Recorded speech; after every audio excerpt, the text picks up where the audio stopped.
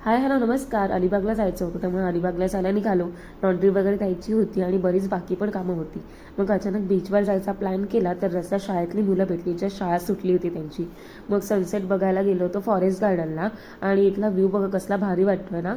खूप photos videos वगैरे click केले आणि मग डोअर लॉक वगैरे घ्यायचं होतं त्यामुळे मग एका शॉपमध्ये गेले.